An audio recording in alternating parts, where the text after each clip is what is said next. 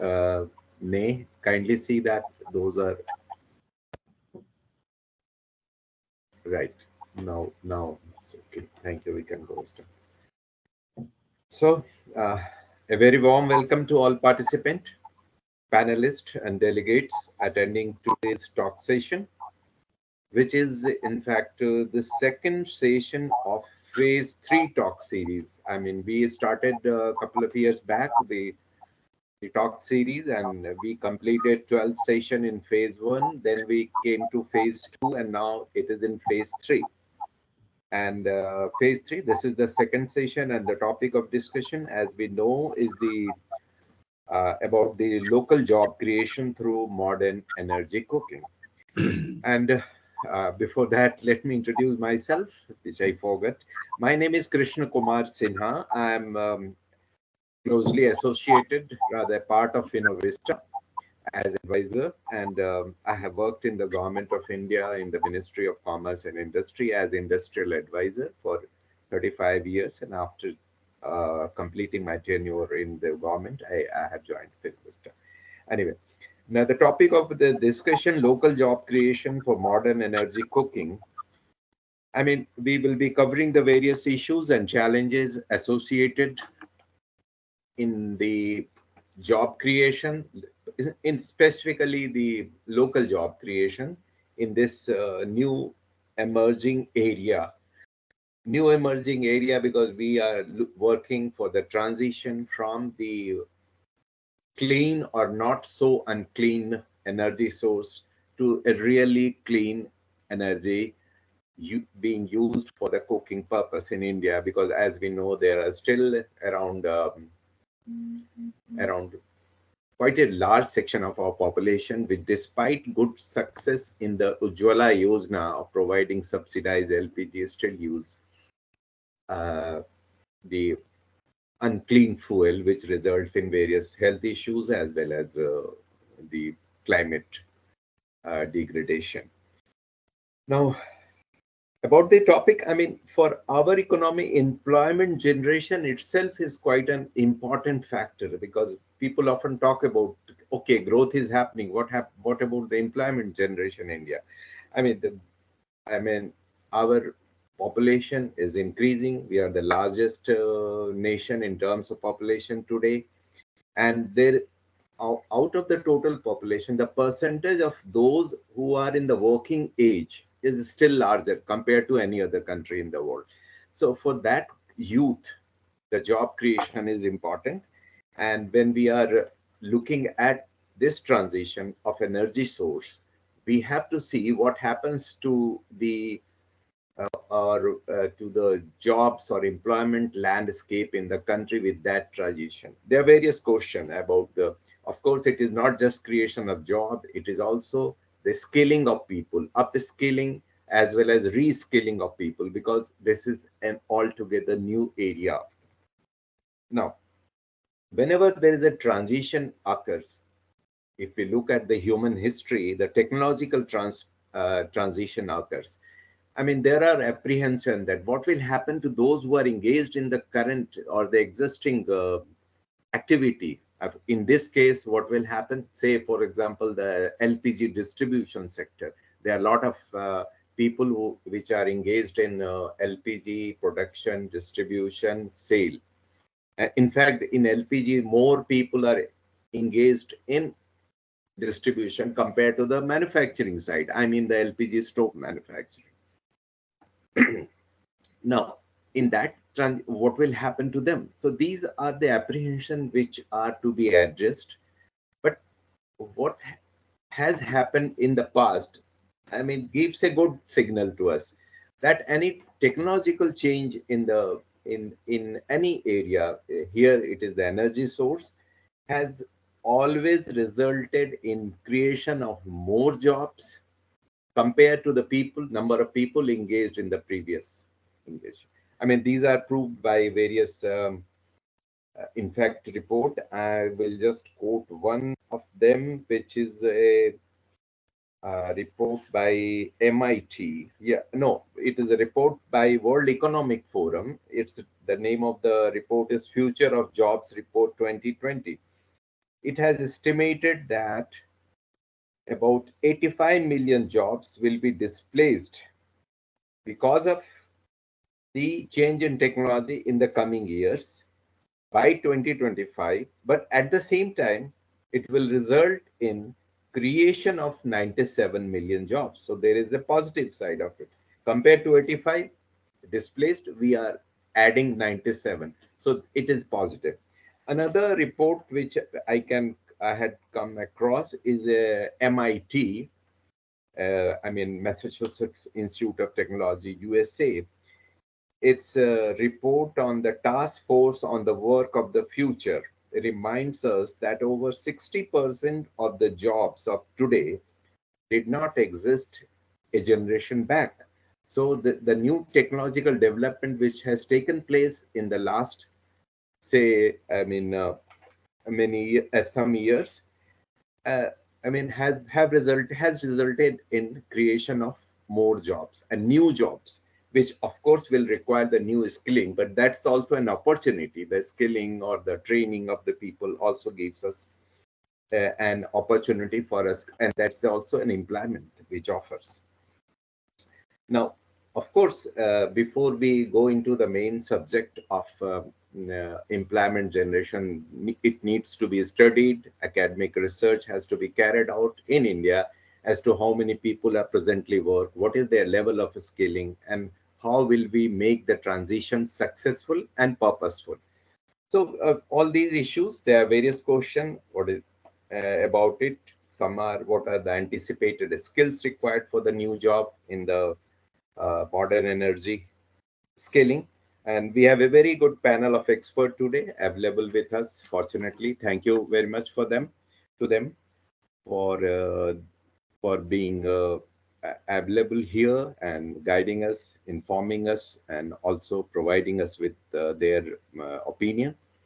But before that, I will just go through a small presentation, which is about the activity of Modern Energy Cooking Services Program, which is a UK-aided program in India, and Finovista is the Indian partner, which is carrying out since for the last 3 years in India.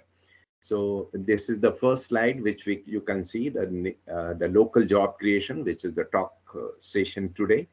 Can we have the second slide, please?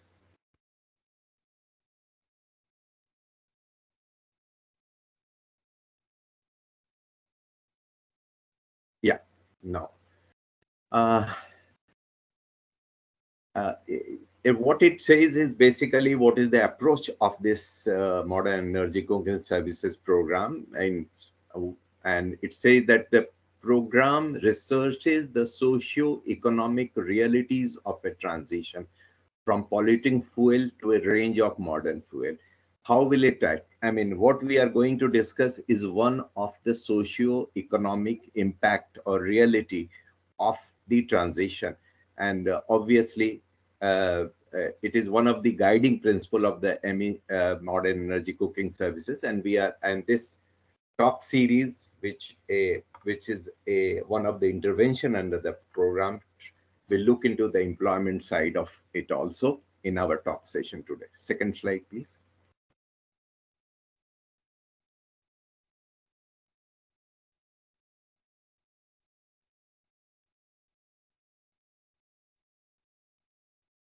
Yet to see the next slide, please. Okay. It talks about the talk series. I have already spoken about it. It was started in 2021 with the phase one, which had 12 sessions on different topics. And then came the phase two, and you can see the number of registration, number of people who attended the talk series. It has always been exponentially increasing. So the popularity is increasing, and that shows a kind of acceptance to the proposal that there is a need to transit or to move from the from polluting fuels to the non-polluting or clean fuels in the that.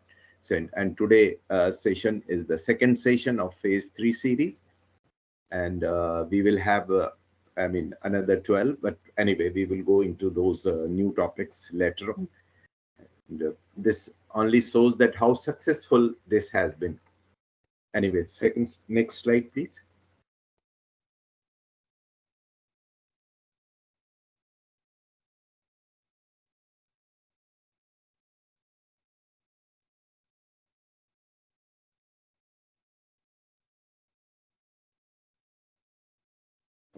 Seems that it's slightly slower in moving.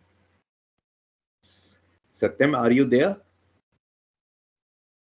The change in slide is a bit slow from his end. So I guess this is, you can sir conclude it by saying that we have the next talk series, fine. which has been, Most of the participants are well aware of these things. So, of course, it is always good to refresh, but we will skip that part today, and we'll move directly to the next part of our talk session today, which is a keynote presentation by Dr. Mrs. Praveen Dhamija, who is currently working as an advisor in the Skill Council for Green Jobs in New Delhi, and has been associated in the domain of renewable energy, sustainable development, and waste management, and especially the development of competencies and skill.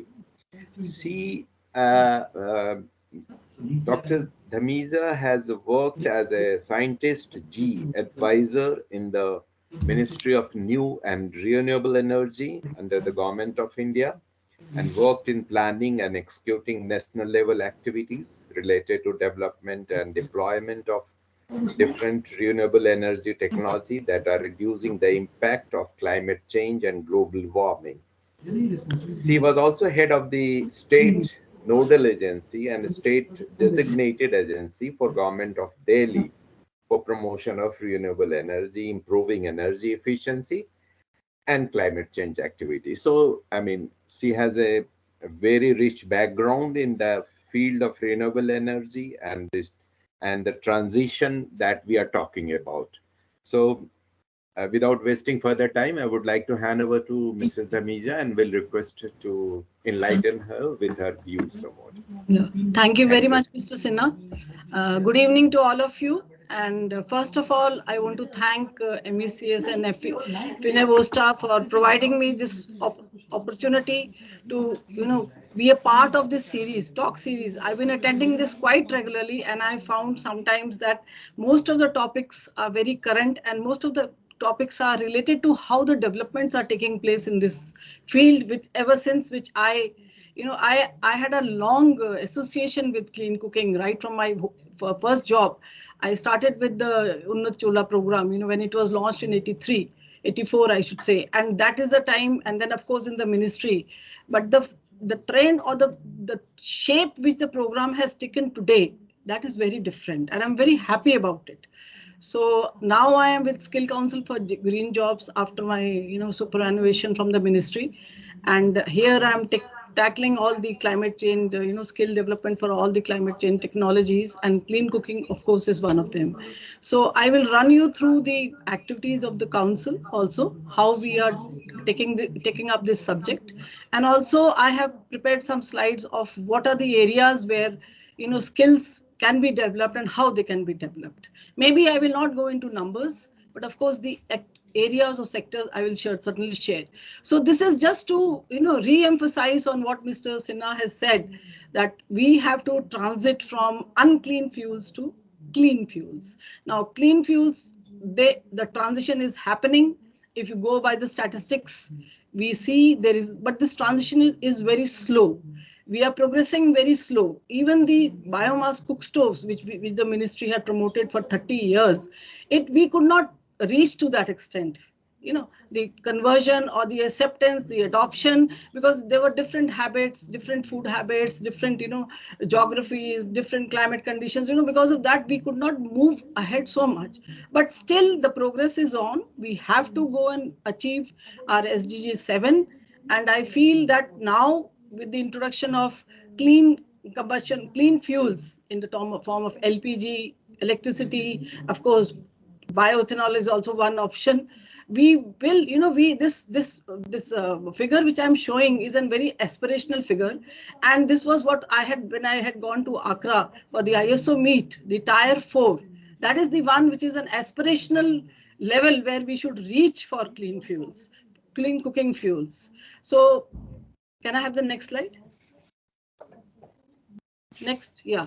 So again, this is again the same thing, that there are so many adversities or so many disadvantages of using unclean fuels, and we have to really alleviate the woman, the lady who is really suffering on account of household air pollution, and of course other miseries also because of using biomass fuels. And India also, we have a very big focus on promoting, clean fuels, and now also the modern energy fuels, modern cooking fuels, they also are getting a big role in the development sector for India. Of course, we have the Panchamrit, where we say we have to be net zero by 2070, and HAP is one of the main emissions, and we have to curtail it. So we have to promote modern energy cooking systems. Please, next. So I would like to say that government has always been very proactive. We always had good initiatives. We had the biogas program. We had, no, please go back. We had, no. Yeah, we had the Unnat Chulha program. Then, of course, Ministry of Power has come with electricity-based cooking. Petroleum has come up with LPG distribution. There are some solar-based cooking systems which have come up. And the entire gamut of the government sector, the government machinery, is for good programs. And I would like to mention here that local job creation or capacity building has always been a part of this. When you promote a gadget or a device, you have to create some sort of local employment, local skilling you have to create. So every program that the government has set up, has taken up, even this electric-based cooking, I will come and share some examples from the Skill Council also. There has been a component of capacity building. So this has been a part and has to be there if we are to promote and make a wider impact for our clean cooking options. Next. So one of the ministries is skill development, Ministry of Skill Development. So under that, skill development for all sectors, and green jobs is one of the major sectors. So where we were set up in 2015, and here we do skilling for the green jobs. Here we do training, design, delivery, we do skill gap studies, sector studies, training modules. It's a whole cycle which we follow for taking up the skilling and training. And we have a huge network in the entire country, 550 training partners. And then we have got a lot of industry partners, and that is how we work. Next. So you can see this is the entire gamut of sectors in which we are working, and clean cook stoves, biofuels, and biogas is also one of the important sectors. Next. So this is a study we took up as soon as in fact, when 2016, I had the privilege of joining this organization. I did take up a study for clean cooking, but that time the biomass cook stove program was very prominent. So my study revolved around use of biogas, use of ICS, and it was the same figures have come up, that these are the problems which we identified, because the sector we had to study what are the problems, what are the issues, what is the next, because I don't want to waste time. I have 10 minutes slot. So what are the issues, what are the jobs, what is the employment? That is all we had covered up in this study. Next. Yes, next. Yeah, so this is also, we identified the technology options, and as you can say, ICS was one of the prime we had taken up at that time. Then LPG was coming up in a very good way. Ujjwala was not there at that time when we did this 15-16, it was just in the nascent stage. Then electric cooking was also very few. There was nothing much about electric cooking. Next. But we did identify electric cooking as one of the energy cooking options. So then you have ethanol stoves. There was a lot of hue and cry about ethanol stoves, but I'm sorry to say we have not reached those levels where we have come up in electric cooking. Then biogas systems, it is always there and the program still runs. and the women who have really put up biogas systems in the rural areas are very happy about it. They are very happy in terms of the savings they do, the leisure, the time they have, and of course the cleanliness of the kitchens, that is very important. That is also there. So ultimately the health of the woman improves once she takes up a biogas system. Then of course solar also was one of the options, which is now coming up in a big way. Next.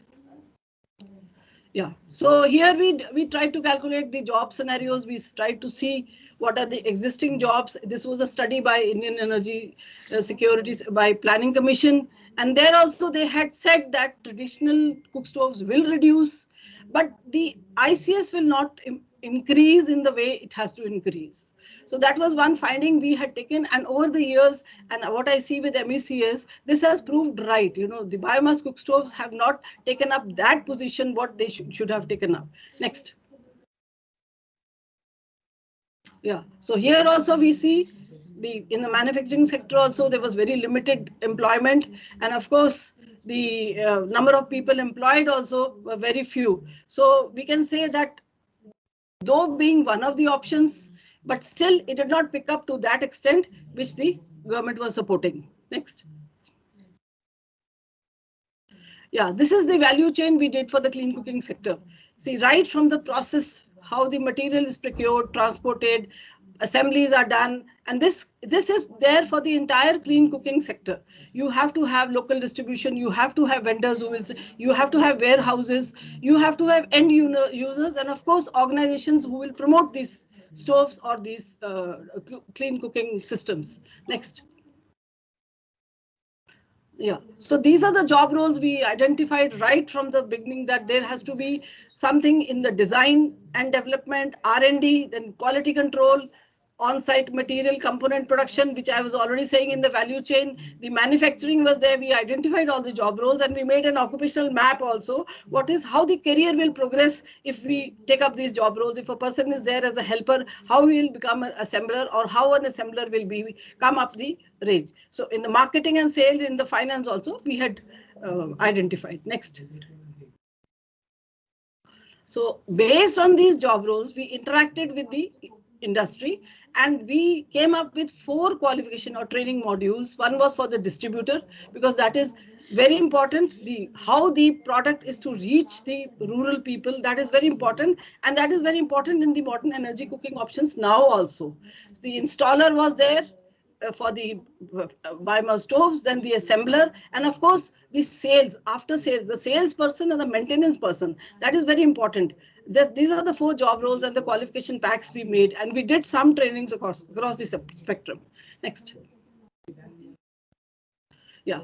So now moving from biomass cook stoves to electric options, we did a study, we did a project with the, it was then a Smart Gram initiative, and the earlier president of India, his office had taken up, and they asked us for green interventions. So clean cooking was one of the interventions. It was initially taken up as a pilot in 5 villages where we tried to promote biomass stoves, but we did not get much success. Only 50% households could adopt it. Then we switched over to electric cooking.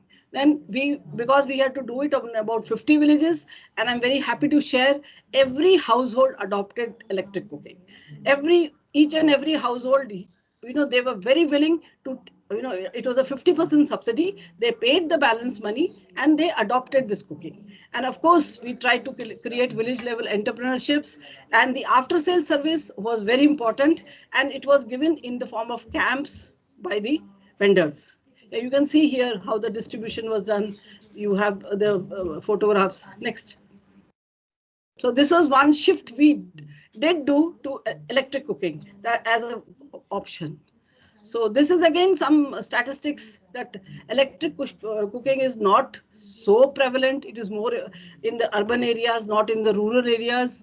And we really need to go beyond, we have to do a lot of activity in terms of, it is not just giving a connection or just giving a device. We have to really, there were instances where women wanted to adopt this system, but because their husbands or they had no finance, the balance finance, which was being given by the 50% was being given by the, the CSR money, they still did not have the money, but they wanted to buy it. So behavior, culture, the adoptability, acceptance, what sort of food, somewhere the husbands told me, we don't don't want this system. We can have food in our additional cook stoves. So the women were very willing. Women were very active. They face health problems, and they are very they want to get out of these problems. So this was the thing, that we have to go beyond just distributing the devices. Next. Yeah, so this is a slide where I worked out the skills which are required. Again, when I told you design, development, the material procurement, of course, the distribution, the production, all these require these major job roles which I have identified, and I've also given the skills which are required for these. We need an engineer, we need a technician, we need some entrepreneur who should take it up production in a small scale. Like we were lucky to have a big vendor with us, Prestige. They could set up camps, but here in individual villages, we need to set up entrepreneurs, or we need to have people, because you need to set up camps. You need to create awareness. Then, of course, a monitoring feedback is very important. When we did a feedback, we found almost 5 to 10% of the electric cookstocks were not working. So we had to monitor, evaluate, and again rework on those electric stoves, so that everybody it is a successful venture. And quality control is very important. Next. So, as I said, manufacturing, distribution, after sales, this is all very important for the sectors or the areas where we need to work upon, and we need to skill and train and have a human resource which is well trained. We need to take up comprehensive studies for communities, so how they can adopt, how they will accept this. Then, of course, skill development has to be done. And I have made some, next. I have made some categorization where I have given then on the demand side, we need to have this sort of an activity. We need to have awareness. We have to community engagement, product and end user training. We need to have production, promotion, and managing these cook stove campaigns. Of course, feedback also. And here, this is a group of people, NGOs, community-based organizations, self-help groups, the health workers, the entrepreneurs, they all need to be trained. They all need to be connected. In those who are there, the last mile distributors also. So all of them need to be trained. And of course, that is how we can expand and create more jobs in the local areas. Next. I've also given what are the activities to be done. Some of the qualification packs are there. Some of the qualification packs we can develop, and we can also undertake the trainings. And in the supply side also, I have seen that the designs, as I said, the product is very important. This supply chain is very important. How it is to be taken to the villages. We were working with Dharma Life. They were the ones who were the distributors in the initial biomass staves, because it was very difficult. You have to have a warehouse. You have to have a site where you can have to stack these stoves, and then you can distribute it. So you need people from the local area who can take up these activities and who can connect with the devices. And of course, maintenance is very important. Next. So this is there a little higher than the village level. When we say we need an enabling environment. We have government officers, we have state and district level officers. We need to make them aware. We need to interact with them also. Bank officials, finance becomes a big limiting factor. In some of the villages, the ladies wanted it on installments. So banks, financial institutions, they become very important. So those people also have to be trained, have to be skilled, and they have to be roped on into the entire ecosystem. And of course, testing of the stoves is very important. Next. Dr. Dhamija? Yeah, I finished. Yeah. I finished. So I just want to say this capacity building is very important, and we can take up skill gap studies. We can now study the electric cooking chain, value chain, and see at what level, what job roles are very important, and we can also skill and train them. Thank you very much. Next. Thank you very much, Dr. Dhamija. I mean, that was really very, very comprehensive presentation. I must say that you have packed a lot of information in a very small package, but that is useful. I mean, covering right from the status of use of cooking fuel in India to the skill requirement. And jobs and skill is they are two things, but they go together. So thank you very much again for this kind of presentation. And with this, we are now entering into the second part of the talk session, which is a panel discussion with our very, very honorable experts coming from different parts from India as well as abroad. And for that, I would like to hand over to Dr. Nick Rousseau here. Dr. Nick is no stranger to this, it hardly needs any introduction as far as the field of clean cooking is concerned. And just to complete my role, I would just inform you that he is a well-known scholar holding BA, MSc, and PhD degree in psychology from different reputed universities in UK. And currently, he is the International Liaison Manager for Modern Energy Cooking Services, and he leads the India chapter of that, if I can say so. So he has been a guiding force all through, and I would like to hand over to him for taking it forward. Thank you. Please. Thank you, Mr. Sinha. Good morning, good afternoon to you, whatever time zone you're in. Maybe good night in some cases. I'm very excited to be involved in this discussion.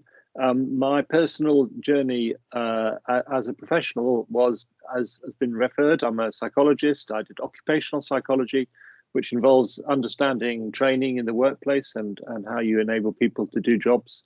And I also spent some time in the UK government working on skills policy and actually working with the National Skills Council in India for a brief period to build collaborations there. So it's an area that I have a little bit of knowledge of, but it's a while ago. So this is a really important area in terms of our current focus on scaling up access to electric cooking. We have successfully seen a lot of very exciting new solutions being developed for cooking. And now we need to start to see those becoming available to large numbers of people across India and the global south. And that is no small challenge. I think Dr. Dhamija has very ably illustrated that there's both great opportunities, but also significant challenges. And training and capacity building is a big part of the way forward. We in MEX are discussing currently with a significant funding body the establishment of a centre of excellence in India that will act as a hub for training and capacity building.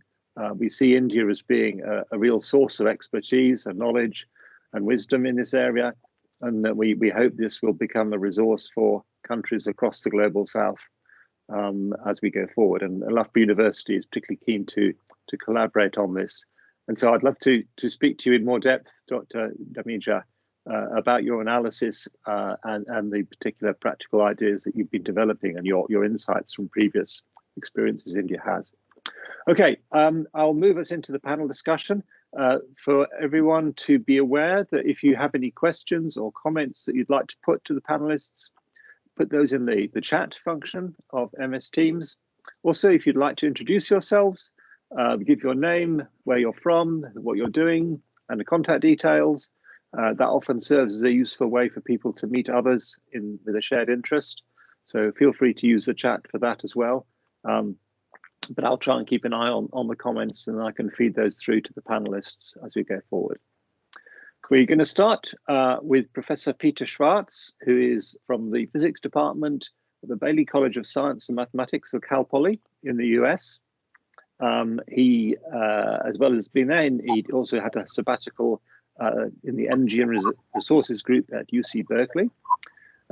Professor Peter is interested in all facets of sustainability, energy, resources, equity, and collaboration, and community building, especially with people in the global south. He delivers classes focused on collaboratively addressing the gap in access to resources globally. And his classes are flipped with all instructions from free online videos. So he's very committed to really opening up access to technologies, to solutions, and working with people across the global south. And recently, in the last year, in fact, he spent a year traveling through Africa and Nepal. And I believe also, did you come to India? I'm not sure. trying to create local manufacturing capacity for the clean cooking technology that his team has developed back at Cal Poly. So he's really keen to see solutions that can be manufactured in the country for a country rather than being maybe imported from somewhere else. So, Professor Schwarz, given your insights into this and your experience in looking to set up these kind of supply chains and establish jobs that would come from that, can you share some of your insights, maybe building on what we've heard already about the sort of opportunities and the challenges relating to building that kind of clean cooking sector in India and beyond? Sure, Nick. Can you hear me okay? Perfectly well, thank you. Your image is a little bit blurry, but we can hear you fine. Okay. Yeah, I mean, echoing what Dr. Damija said, we do have a need for educating the whole supply chain, including social workers or social scientists, anthropologists who study the implementation. Now, I found in my travels for this past year through Africa and India and Nepal, I've met many people who are enthusiastic about building a business, building these insulated solar electric cookers. And I've also met people in academia, you know, who have the knowledge of physics to guide this development, but they're not the same people.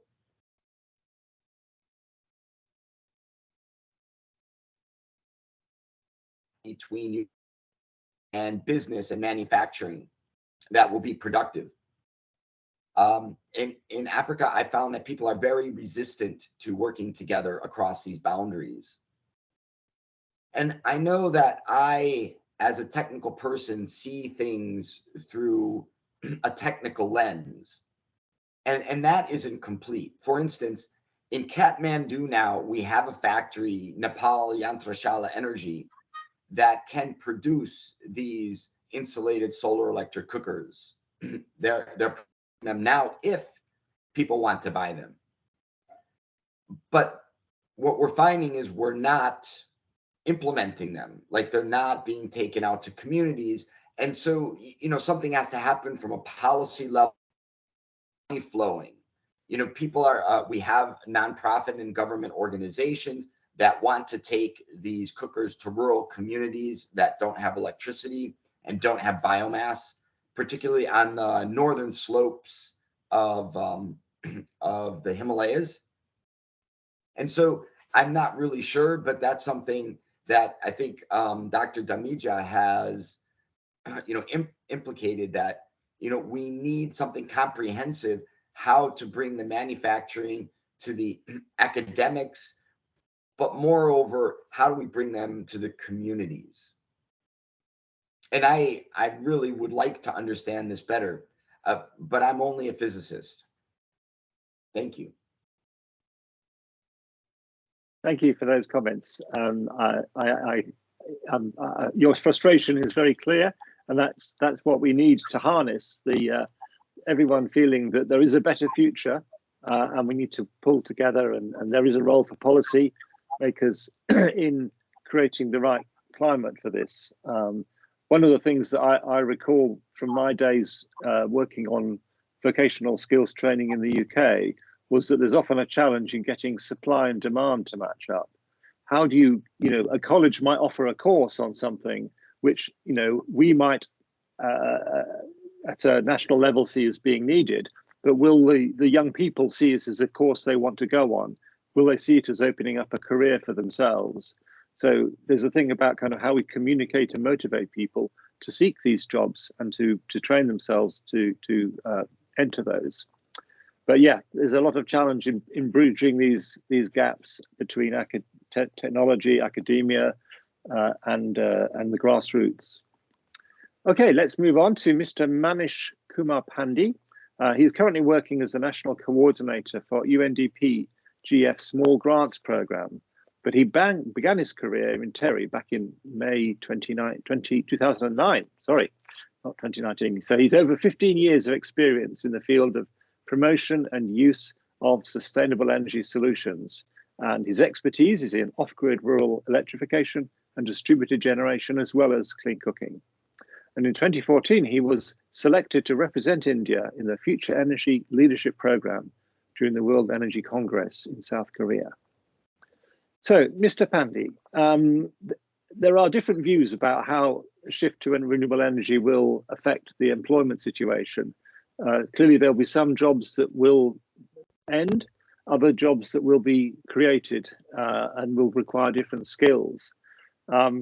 Given your experience and what you've seen over the years, can you comment on what you think the implications of this transition towards a green economy and clean cooking will have on employment in India and the way to manage that? Yeah, hi, good afternoon, everyone. Thank you, Nick, for this question. I think, the data, recent data says that in year 2022 itself, there was 1 million jobs created in the renewable energy sector, and there are various reports which suggests that, there is an immense potential to create jobs in the, in the clean energy transition. Now, I would like to share some of my experience that, the projects that we have done as in TERI. In year 2014, we started this project of distribution of clean cook stove program in Bihar. And we saw that there is a lot of participation of women in undertaking different kinds of work, like training of the users, mobilization of community, then training in terms of that how this technology is going to work. If there is a default, there is a problem, but how it's going to be addressed. Apart from that, there was other important activities like distribution, and then installing the technology in the households. So there are different related jobs that was created because of this kind of interventions. Even if we look back historically, decentralized based economies was used to be much better. I think it's a very big debate, and India used to be the I would say one of the top economy at that time, long back, because all the systems, all the production, etc., was based at the local level. Gradually, as the process of centralization happened, I am not saying that it's like bad, but in many cases, what happened, like a lot of jobs actually taken away by the big corporates, and the local people who were actually involved in some of these activities got unemployed. I see this is a very, very big opportunity where this off-grid or decentralized energy solutions can bring that jobs back to the local people, and that can help in achieving a kind of employment or kind of a security for the rural mass. I always, in the last meeting that I also attended of MECS organized in recently, I advocated that whatever technologies are being disseminated, there should be a provision for transfer of the technology at the local level, not at the very local level, but at least there should be some decentralization of this technology as far as possible, so that there is a benefit in terms of that the technology is available locally. If there is some default, then it can be rectified very easily, because there is a production system there already established. Supply chain will be smooth, and there will be, more important, there will be local job creation. this is being highlighted, and this is being given a lot of importance by the government also, that how does that India, or how jobs can be created at the local level. And I see a very great opportunity in this transitioning towards clean energy at the decentralized level. Over to you, Nick. Thank you. A good note to end on. Very positive. I think we're kind of unanimous in agreeing that there are huge opportunities, and that's going to be where we can help people who are losing work because of the shift away from certain older technologies to find a future. And I'm not sure, I don't know anything, if I'm honest, about how in India people who have moved from one sector that is closing down are supported to find work in others. But I think the Green Skills Council that you're on, Dr. Dhamija, is clearly going to be a really key central body in helping us to navigate that. Just to repeat, the chat function is there. If anyone has any questions or suggestions or comments, or would like to simply introduce themselves, someone has already put up a post suggesting that net zero is possible through solar powered cooking for India, with a link to an article. So feel free to use the chat function to share your views and ideas, and we'll see if that can stimulate some debate. Our last panelist is someone who understands the solar potential of in a number of spheres. So Mr. Devang Joshi holds a bachelor's degree in mechanical engineering and an MBA in sales and marketing, has been involved in business operations of solar devices since 2006.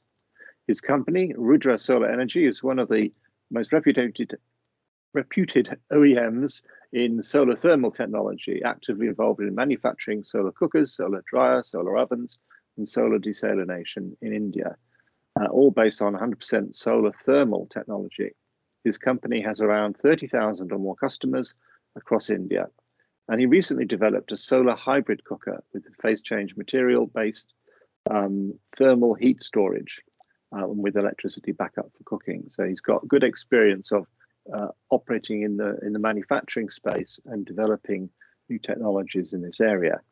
So Mr. Joshi, being a founder of such a manufacturer, I'll be very interested if you could share your assessment of the kind of skill development and employment generation potential in electric cooking device manufacturing, both in the supply chain and the components and the assembly, but also after sales and support, and maybe any insights you've got on how to harness the downside, if you like, of people shifting away from older technologies. Over to you, Mr. Joshi. Thanks, Nick. So basically, we joined MECS 2 years back, and we received one grant, like award also. Up till now, our company was only in solar thermal cooking. But when we joined with MECS, Modern Energy Clean Cooking Systems, we come to know that electric cooking also is a very good market over ahead. So we thought that we should also incorporate small electric heaters in our solar cooker device, and that we have done it. But we don't have a complete setup or manpower for the electric system, making, testing or anything. So immediately we have to hire one employee who is mastered in electric or engineer or ITI grade technician. So up till now, the same, as soon as we joined into the manufacturing, we have to hire that person as a skilled employee. So whenever the manufacturing of new technology starts, you need that technical level expertise in your company. And without the runway, the plan cannot land. So if you are making the product which is going to the market, but if you don't have a complete service network available of the products, after sales, maintenance and each and everything, your product won't success in the market. So that was also dilemma with us, that our product, if fails at the customer end, who will service that? So we have to contact the local ITIs also for that. So ITI is already very good network. We have India complete setup of different ITIs, and we have a trade of that ITI wireman, ITI electrician is in there. Only the manufacturing company have to go there they have to do some standardized characteristics of the course, and they have to just train only 1 hour or 2 hours. The people are ready to work for that, and that is creating a local business for them also. So there are lot many electric cooking device available. See, egg boiler, rice cooker, induction stoves. So there are lot many electric cooking devices are available in the market. But the failure is that once the device is failed, if it is made in China, no Indian can repair it, or no one can do it. But if it is made in India, people are trained for the maintenance, then definitely they are going to have a good market. Also, there is a local job creations through these ITIs and local environment network. Here, this Ministry of that Labor and Education also comes in picture, and means Ministry of MNRE or local job green creation may come in picture for this kind of setup.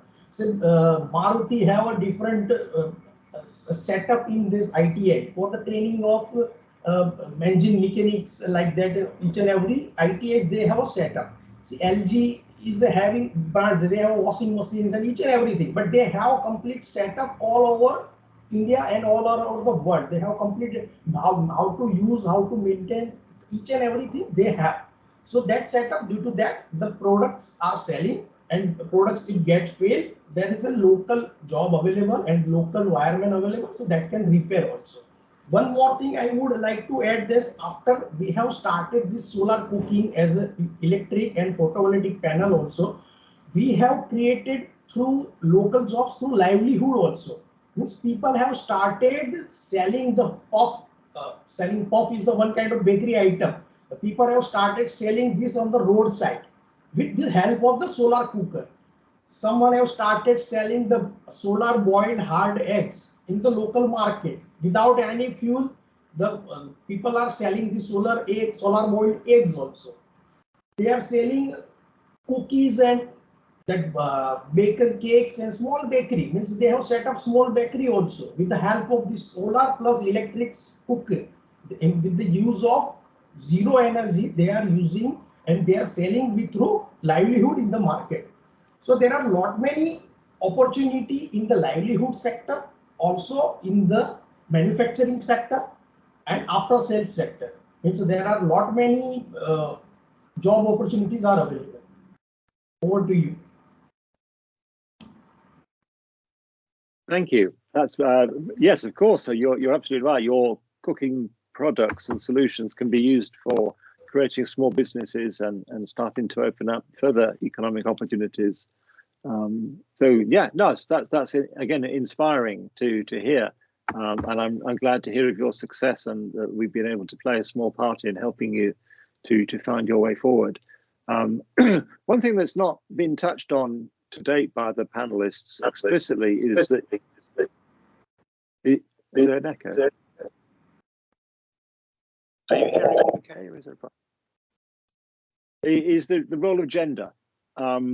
We anticipate that a lot of the jobs will be particularly suited to women because they understand cooking, they are able to support other women in cooking, and they themselves can cook. And I'm stereotyping horribly, but we understand that in India, the majority of cooking is done by women in the household, maybe not in restaurants so much.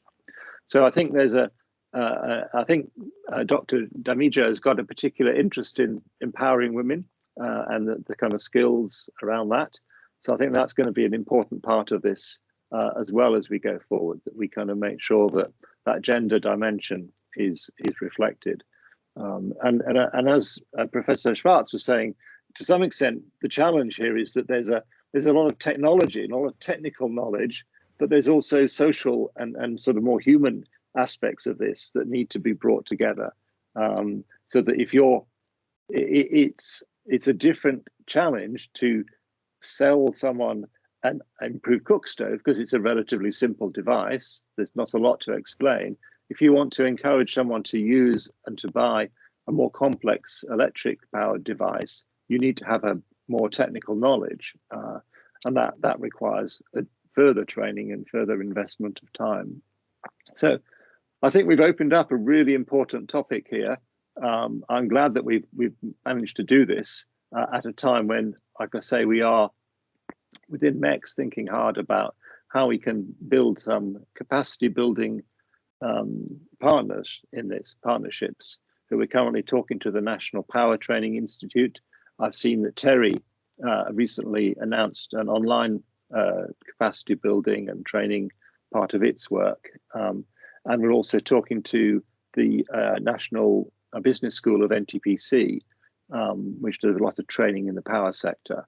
But I think for me, this discussion has very much highlighted that we need to better understand, as Dr. Duknija has highlighted, the different sectors that need to be trained and equipped. I've not seen any other comments or questions in the chat. Would anyone like to raise a further point from what they've heard, or offer any further views? Maybe one of the panelists or Dr. Duknija would like to respond.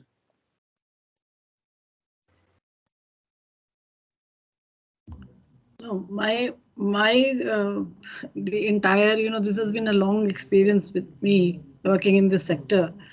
And as you said, woman is the central figure. She is the central point who has to empowered also. It is, no, she should not be taken as a user only, that only she's using the cookies thing. And in fact, we had a program in the ministry where we set up Urja shops, where we trained the women how to sell all the renewable energy products, including the cook stoves. So empowering the woman, that is more important than taking her as just a user. That is my take. I always go connect, because I have seen the visible difference in the women who have adopted these clean cooking options, whether it is a biomass or it is a clean cook stove. Even a biomass biogas stove also makes a lot of difference in the life of a woman who is, she doesn't have those options.